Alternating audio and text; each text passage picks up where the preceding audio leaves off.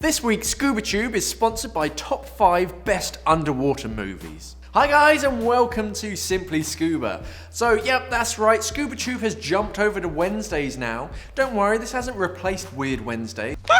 It just means that both shows are alternating from one to the other, so that way you're always getting the freshest news always on a Wednesday instead of a Friday, then a Wednesday. Yeah, then a Friday, or an alternative as well, because yeah, it was just weird. So yeah, Wednesday you need your scuba fix, whether it's weird or normal.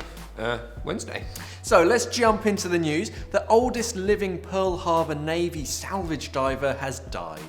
Ken Hartle, who was a Navy diver during World War II, had the rather grim task of retrieving dead bodies from sunken ships in Pearl Harbor.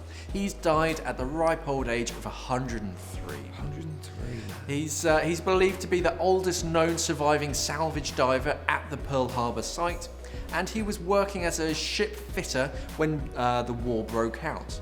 But he couldn't sort of do his bit for the World War effort until 1943 due to the importance of his job. During the war, Ken towed away many unexploded torpedoes and helped salvage ships and planes starting at Pearl Harbor, then from Marine and ending up in the Maine, and ending up in the Philippines. Throughout his diving career, he suffered the bends and was nearly killed when an anchor chain cracked and spewed metal shards everywhere. But he sadly passed, so rest in peace to him. 103? 103. I bet you he told some stories to his grandparents and his grandchildren, not his grandparents. That wouldn't work, but yeah, no. The Northeast is to become the underwater world of NASA. So basically, the new test facilities is open in Tyneside, which is going to help reinforce the region's reputation as a global subsea hotbed, which apparently it is known for. I did not know this. The centre is called the Tyne Subsea, and it cost over £7 million, and it's taken around about 3 years to build. So what's the centre all about? Well, its main purpose is to study and understand the deep ocean.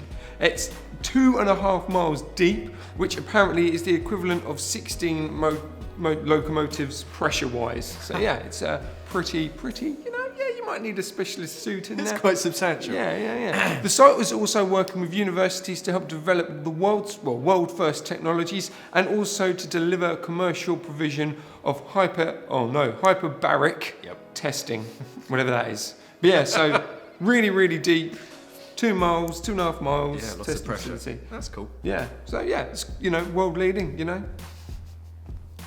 A newly discovered reef system has been found. The first pictures of the Amazon reef have just been released. The 9,500 square kilometre site in the Amazon shows a mosaic of corals and sponges filled with life. The reef was only discovered in April 2016 when scientists were dredging up a range of organisms that looked like coral. So scientists are very excited at the possibility of new species, and they can't wait to map out the new reef system, to which they only believe have found 5% so far. So there's plenty of life. Yeah. I mean, every time they go into the Amazon, they tend to find new species. Now it's underwater species. Blind dolphins and stuff like that. So they're now working with fishing communities along the Amazonian coastal zone to help protect the reef. But with drilling being granted in the area in 2013, it's not a race against time to say it's not a race. It's meant to be now. It's now a race against time to save the reef. Luckily, Greenpeace have pushed for an environmental license of the site to stop the drilling, and as we talk about, it's being processed. So fingers crossed. Yeah, hopefully. It's usually when they find new species in sort of remote areas, then it's sort of you should be able to repeal these kind of things. Definitely. Yeah, no, it's good. As I say, the pictures are really good. I'm sure they've popped up and stuff. Yeah, it's just you think of coral. You think of the Great Barrier Reef and nice tropical. I mean, it's probably hot there, but yeah, Amazon's a bit of a weird one. Oh, great! I get NASA again. Yeah. So NASA opens up for business. So the NASA Neutral Buoyancy Lab has opened its doors, should I say, for people to rent. So the supersized swimming pool, which is 4 stories deep, simulates space for astronauts. The lab has 120 staff and it's monitored 24/7. So how much will it cost to rent this bad boy out? How does $25,000 sound? Yeah, it's pretty cheap. But this is actually pretty cheap because the equivalent costs $100,000 and you have to go all the way to the Gulf of Mexico to get it done. Due to NASA not sending many people into space, it needs to branch out. So they actually first opened the site to oil and gas companies. So obviously they can do tests underwater and stuff like that. But now, it's, open to Joe Blogs. So if you have a spare $25,000, just in your back pocket, burning a hole, you can go there. And what's quite cool though is astronauts still use the pool to prepare for their missions 3 or 4 times a week. And apparently they're down there for around about 6 hours as well. So long days underwater. I love watching documentaries about NBL, just sort of watching them, the way that they perfectly weight the astronauts so that they're weightless. Yeah. But yeah, massive swim. And now you can do it too, at the cost of $25,000. Incredible. Have we found the loneliest whale in the world? In the North Pacific Ocean, there's a whale. Okay, there's lots of whales, but this whale is a little different. Recordings of a male whale have been picked up during mating season, but no one can figure out what species it is. Its tone is unlike anything heard before. People believe that it's a hybrid of a fin or a blue whale. The problem is that nobody has ever seen it. Many people have certainly heard this whale over the years, but none more famous than William Watkins, who from 1989 till his death in 2004 spent his career tracking the whale down. What Watkins and his teams found out is that the whale was communicating on a slightly different frequency than other whales, but sadly no one ever called back to it. Aww. It was, literally like, hello, come out and play. No. Giving it the nickname the loneliest whale in the world. Oh, I feel really bad for this guy. In recent years, teams of people have gone out to find the whale, with the technology getting better and better each year, so that no doubt we will eventually find it. The tale has been a popular subject when talking about bringing people together to talk about marine life. Yeah. And even actor Adrian Grenier has even set up the Lonely Whale Foundation. Yeah. This gets sadder. I know. I'm going to start the Lonely Whale Foundation, which talks about empathy and action for ocean health and the well-being of marine life. Who would have thought that there would have been a foundation to talk about that sort of thing? Yeah, a lonely whale. I think it's really, as I said, I was in tears when I was reading it. And researching, it was like the loneliest whale. He calls out, but no one calls back because he's on a different frequency. Mummy. Oh. No. Why do I always get the deaf ones? This is actually a horrible story. This is terrible. It's a very serious story. So first off, obviously, selfie kills a baby dolphin. So you're probably thinking, why isn't this on Weird Wednesday? Well, that's because we don't want to poke fun at this one.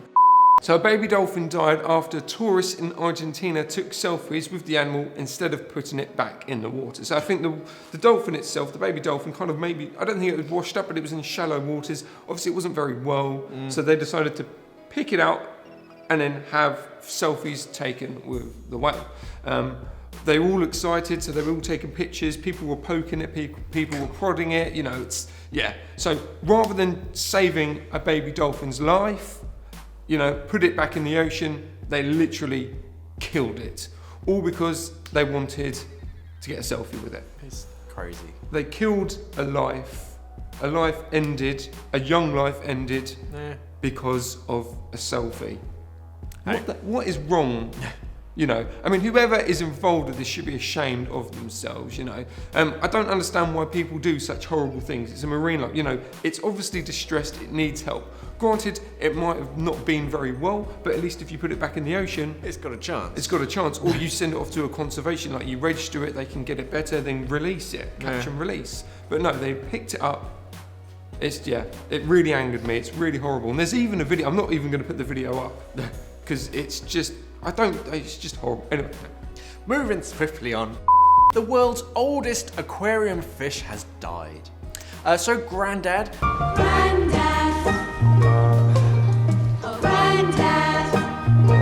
a male Australian lungfish that was brought to the Chicago Shed Aquarium back before the 1933 World Fair. That's why he was named Grandad. Has finally died, sadly. He spent most of his days imitating a fallen log on the bottom of his tank, as lungfish are kind of known to do, I guess. Yeah. And he sparked curiosity about the living fossil that's one of the oldest living vertebrates on the planet. So Grandad loved his leafy greens, but apparently Earthworm Wednesdays were his favourite. He likes earthworms. Groovy! And he would get quite animated for a lungfish. Sadly, in recent weeks, though, Grandad stopped eating and exhibited hallmark signs of organ failure. And on Monday, the decision was made to euthanize him, just to make his passing a bit easier. Yeah, you know, you don't want it to stop. You know, you're 100, however old he is. Yeah, quite old. 1933, so he would have been born before that. Yeah, so... yeah, very old. He's older than us. Yeah. What? Maybe. I don't know. Bless him. Okay, so let's end the show on a positive note. I want to try to. Taking a look at some of the new YouTube clips. The first YouTube clip is from YouTuber Blair Morgan as he dives the Great Barrier Reef. In the footage you see sea turtles, lots of tropical fish and stingrays. It's beautifully shot and well worth a watch. So the next clip is from YouTuber Kirsten Fernandez. Yeah, I said that sort of right. Yeah, apologies about that. So the video shows her qualifying for her, how'd you say that? Naui diving certificate. It looks like she had a great day out, had lots of fun, and obviously, you know, got her qualification in the end as well. So yeah, good job. Yeah, so that's it for this week's ScubaTube. Oh, nearly Weird Wednesday. Almost Weird Wednesday. We're filming it on a different day, which throws me out. Yeah. If you missed it, here's a link to last week's Weird Wednesday. Up. Yeah, up. Somewhere up there. Thanks for watching and safe diving. Bye.